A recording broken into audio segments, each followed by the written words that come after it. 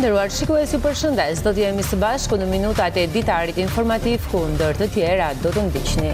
Që prej muajit maj të gjitha subjektet akomoduese dhe njësitë e shërbimit në qarkun jugor janë në monitorim të Inspektoriatit Shtetëror Shëndetësor rajonit Gjirokastër, sipas krye inspektores Nije Shalari.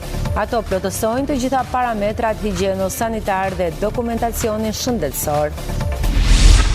167 fëmijë me aftësi të kufizuara të moshës 0 deri në 18 vjeç në qarkun e Gjirokastrës kanë përfituar nga dyfishimi pagesës së aftësisë së kufizuar. Shërbimi social shtetëror bën me dije se masa ka hyrë në fuqi dhe pagesat po tërhiqen sipas vlerave të reja, duke synuar të lehtësojnë barrën ekonomike të familjeve dhe përmirësojnë mbështetjen për këtë kategori fëmijësh. Rreziku nga sëmundja e plastjes mbetet i pranishëm në Blegtori, ndërsa temperaturat e larta favorizojnë përhapjen e saj. Në bashki, Gjirokastër dhe Përmet janë evidentuar vatra të reja, duke vënë në katishmëri shërbimin veterinar, të cilët u kërkojnë blegtorëve të rrisin vigjilencën dhe të njoftojnë menjëherë veterinerin për çdo rast të dyshuar. Poeti nga Dropulli, Telemak Koça, vijon të jap një kontribut në letërsi me një krimtari prej 14 librash, 4 prej të cilëve janë përkthyer në gjuhën shqipe. Koça shprehet se një vend të veçantë në krimtarinë e tij zë letërsia Ismail Kadares, autor të cilin e admiron dhe nga vepra e të cilit ka përkthyer 2 libra. Ju njohim tani më gjerësisht që prej muajit të maj të gjitha subjektet akomoduese dhe njësitë e shërbimit në qarkun jugor janë në monitorim të Inspektoriatit Shtetëror Shëndetësor rajoni Gjirokastër. Sipas kryeinspektores Nije Shalari, ato plotësojnë të gjitha parametrat higjieno-sanitare dhe dokumentacionin shëndetësor. Me qëllim garantimin e një sezoni turistik të sigurt, Inspektoriati Shtetëror Shëndetësor rajoni Gjirokastër ka intensifikuar monitorimet dhe inspektimet në të gjitha strukturat akomoduese dhe njësitë e shërbimit. Nga monitorimet e deritanishme rezulton që ato të jenë brenda kushteve higjieno-sanitare. Kryeinspektoria Nije Shalari thotë se gjithashtu është dashur të lënë edhe detyra për disa subjekte. Inspektorati Shtetëror Shëndetësor, Dega Rajonale Gjirokastër, ka intensifikuar inspektimet dhe monitorimet gjatë sezonit turistik veror 2026, nga muaji maj deri në muajin shtator. Inspektimet janë të fokusuara në strukturat akomoduese, në veprat e furnizimit me ujë të pishëm, në qendrat rekreative, pishina, në qendrën shëndetësore verore. Subjektet janë të pajisura të gjitha me raport analize uji, certifikat disinfektimi dhe dokumentacioni shëndetësor të personelit. Subjektet përgjithsisht i plotësojnë kushtet higjieno-sanitare, përveç disa mangësive në dokumentacion shëndetësor, për të cilat janë lënë këshillime dhe paralajmërime. Inspektorati Shtetëror Shëndetësor, Dega Rajonale Gjirokastër, garanton të gjithë turistët, por edhe subjektet për një sezon turistik të sigurt, duke garantuar shëndetin e popullatës. Nga ky inspektoriat janë lëshuar gjatë kësaj periudhe edhe akt miratime higjieno-sanitare për sipërmarrje të reja në fushën e turizmit. Inspektorati Shtetëror Shëndetësor, Dega Rajonale Gjirokastër, ka lëshuar një numër të lartë akt miratimesh higjieno-sanitare në subjektet akomoduese, bujtina, pishina, hotele dhe motele. Kjo ka ardhur si rezultat i rritjes së numrit të lartë të turistëve dhe kërkesave të tyre për struktura akomoduese. Nga Inspektoriati Shtetëror Shëndetësor rajoni Gjirokastër, që prej janarit deri në qershor janë kryer 650 inspektime, jo vetëm në strukturat akomoduese, por edhe ujësjellsa, fabrika, qendra shëndetësore, pishina e të tjerë. Pikat kufitare të qarkut të Gjirokastrës vijojnë të përballojnë një fluks të lartë lëvizjesh gjatë sezonit turistik. Sipas të dhënave të policisë kufitare, gjatë 24 orëve të fundit në pikën kufitare të Kakavias janë përpunuar 6.800 shtetas në hyrje dhe dalje të vendit.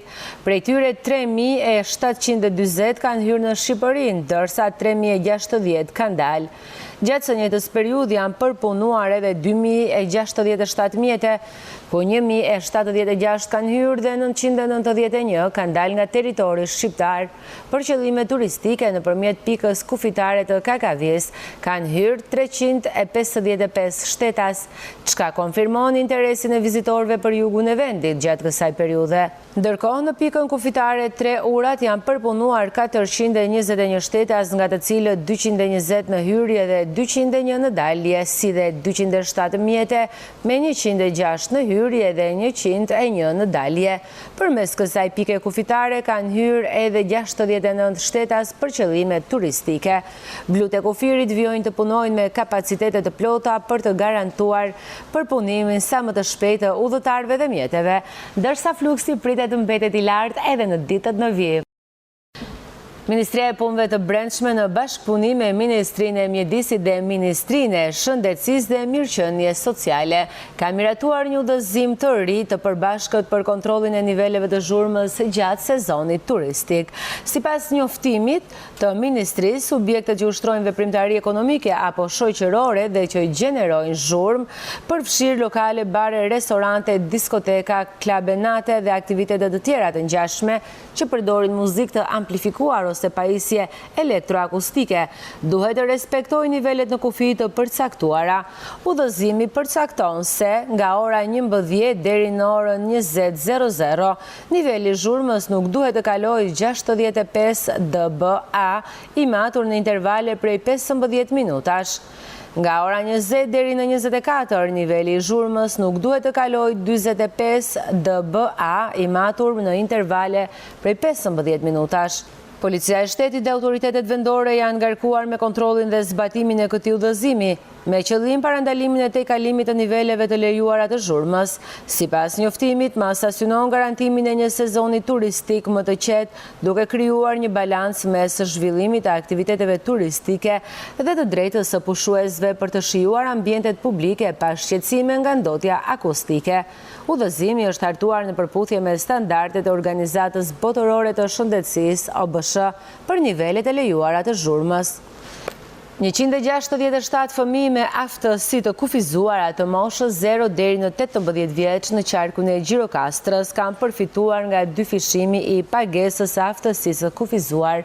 Sipas shërbimit social shtetëror në Gjirokastër, masa ka hyrë në fuqi dhe pagesat po të rriqen sipas vlerave të reja, duke synuar të lehtësojnë barën ekonomike të familjeve dhe të përmirësojnë mbështetjen për këtë kategori fëmijësh. Rreth 167 fëmijë me aftësi të kufizuara të moshës 0 deri në 18 vjeç në qarkun e Gjirokastrës kanë përfituar nga dyfishimi i pagesës së aftësisë së kufizuar. Kjo masë përfshin të gjitha kategoritë e personave me aftësi të kufizuara dhe synon të ofrojë mbështetje më të madhe financiare për familjet e tyre.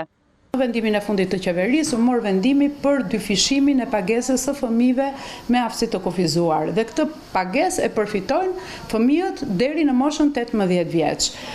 Atëherë në qarkun tonë nga ky dyfishim përfitojnë 139 fëmijë deri në moshën 18 vjeç me aftësi të ndryshme, pra me aftësi të kufizuara. Kemi 12 raste të fëmijëve me paratetraplegji dhe 6 raste të fëmijëve me verbëri. Pagesat e reja kanë nisur të tërhiqen që prej datës 1 korrik të këtij viti, ndërsa përfituesit po marrin vlerën e re të përcaktuar nga kjo skem. Kjo pagesë ka nisur, qytetarët e përfitojnë të pagesë qysh nga data 1 korrik dhe në dijenin tonë në të gjitha bashkitë ka filluar ekzekutimi i këtyre pagesave për këtë kategori.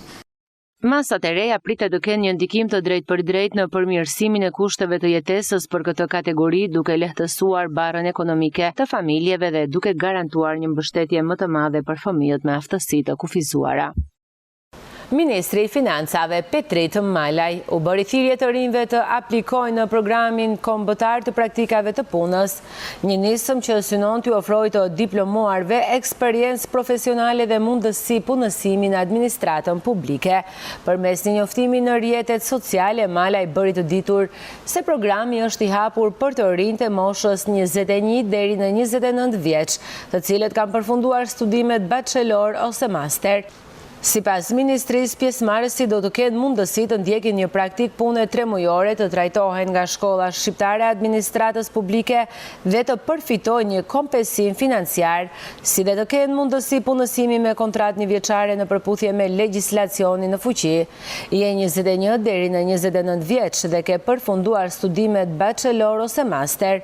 Kjo është mundësia për të nisur karrierën tënde në administratën publike. Ministria e Financave mirëpret të rinj të bëhen pjesë pjesë e programit kombëtar të praktikave të punës, një mundësi për të fituar eksperiencë profesionale, trajnim dhe për të siguruar një të ardhme në shërbimin publik. Tha ai, aplikimet për programin kombëtar të praktikave të punës janë të hapura deri më 16 gusht 2026 dhe kryhen online në portalin praktika.rinia.gov.al. Programi synon të krijojë një urlidhëse mes arsimit të lartë dhe tregut të punës, duke përgatitur të rinj për një karrierë në administratën publike. Rreziku nga sëmundja e plasjes mbetet i pranishëm në Blegtori, ndërsa temperaturat e larta favorizojnë përhapjen e saj. Në bashkitë Gjirokastër dhe Përmet janë evidentuar vatra të reja, duke vënë në katdijshmëri shërbimin veterinar, të cilët u kërkojnë blegtorëve të rrisin vigjilencën dhe të njoftojnë menjëherë veterinerin për çdo rast të dyshuar.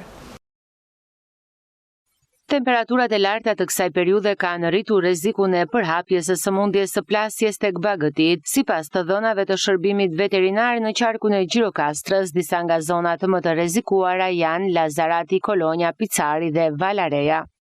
Ka vatra të reja në Gjirokastër, kemi vatra të reja në Përmet, me janë 2 vatra të reja për vitin e si vjemë, por dikur kanë qenë vatra. Ndaj ju tregojmë kujdes se mikrobi plasjes, bacili plasjes është mikrob që rron shumë gjatë. Ndaj dhe fermerët duhet të kenë kujdes në çdo rast. Veterinerët bëjnë me dije se gjatë këtij viti janë konstatuar vatra të reja të sëmundjes së plasjes në bashkinë e Gjirokastrës dhe atë të Përmetit. Për këtë arsye, ata ju bëjnë apel blegtorëve që në çdo rast dyshimi të njoftojnë menjëherë mjekun veteriner në mënyrë që të merren masat e nevojshme për izolimin dhe parandalimin e përhapjes së sëmundjes. Në çdo rast që ju ngort një bagëti se ajo është sëmundje që e ngort menjëherë, që ju ngort një bagëti në kushte të menjëhershme dhe ka shenja që fermerët i dinë, menjëherë duhet marrë kontakt me veterinerin, por dua t'i këshilloj që në asnjë rast kafsha nuk duhet theret. Për arsye se mikrobi në kushtet që theret sporulohet dhe pëson ca transformime që nuk ngort rron gjatë. Kafsha duhet të qëndrojë derisa të vijë mjeku veteriner e pa therur, e pa hequr koka, e pa zgjaksuar me fjalë. Shërbimi veterinar vijon monitorimin e situatës në terren dhe zbatimin e masave të kontrollit në zonat e prekura. Autoritetet ju bëjnë thirrje blegtorëve të respektojnë rregullat e biosigurisë dhe të bashkëpunojnë me veterinerët për të kufizuar përhapjen e sëmundjes. Mjekët shqiptar që jetojnë dhe punojnë jashtë vendit kanë tashmë një mundësi të re për të bërë pjesë e sistemit shëndetësor publik në Shqipëri përmes një platforme të re online të ngritur nga Ministria e Shëndetësisë dhe Mirëqenies Sociale. Në një postim të kryeministrisë në rrjetet sociale bëhet e ditur se kjo platformë synon të lehtësojë rikthimin dhe angazhimin e mjekëve shqiptar të diasporës në sistemin shëndetësor të vendit.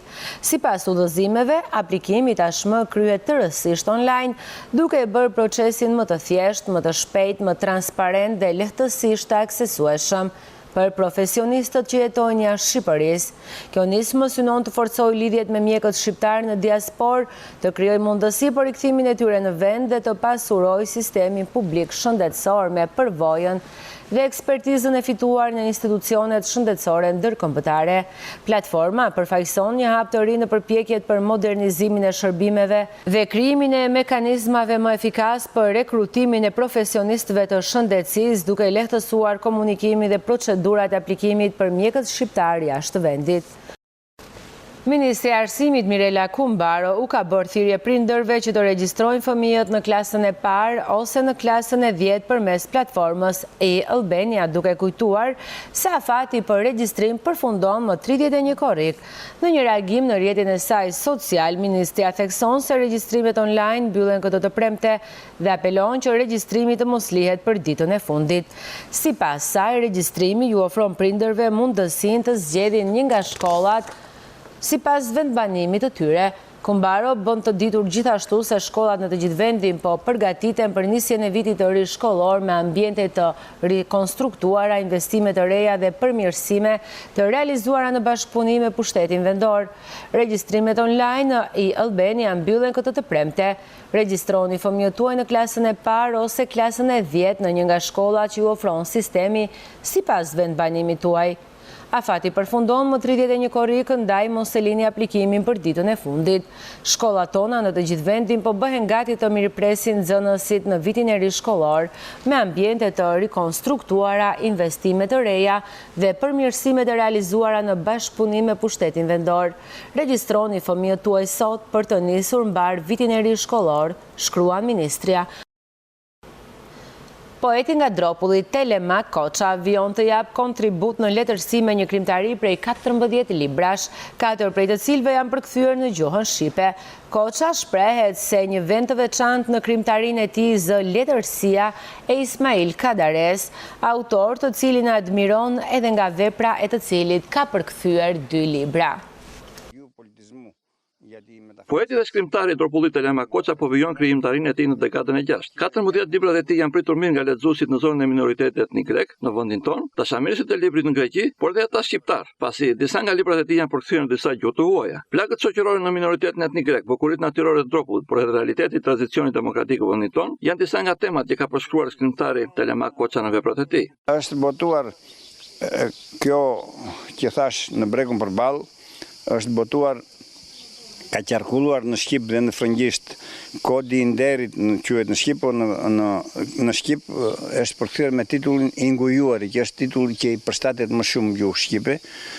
Është Kënga e saj nate, një novel, edhe Kanarina e fundit, të cilët janë përkthyer në shqip. Janë bërë nga unë, përveç Bregut përballë që ka përkthyer Maklena Nika, në bashkëpunim me mua natyrisht.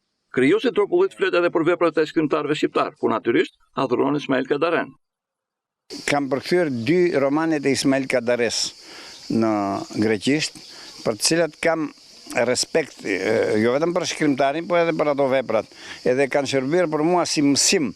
Përkthimi I një romani është mësim për përkthyesin. Tërsa për të rinj tani nuk ti, ka lëvizje të madhe në Shqipëri. Shkrimtari Telemak Koça shpreh vullnetin e tij se të shkruajë letërsi sa të ketë frym, ndërsa është duke shkruar 2 vepra të tjera pa na dhënë shumë detaje për to. Të nderuar shikues, ishte gjithçka e përgatitur për këtë ditar informativ. Ju faleminderit për vëmendjen, shikim të këndshëm të programeve në vazhdim. Bashkë miru takofshi.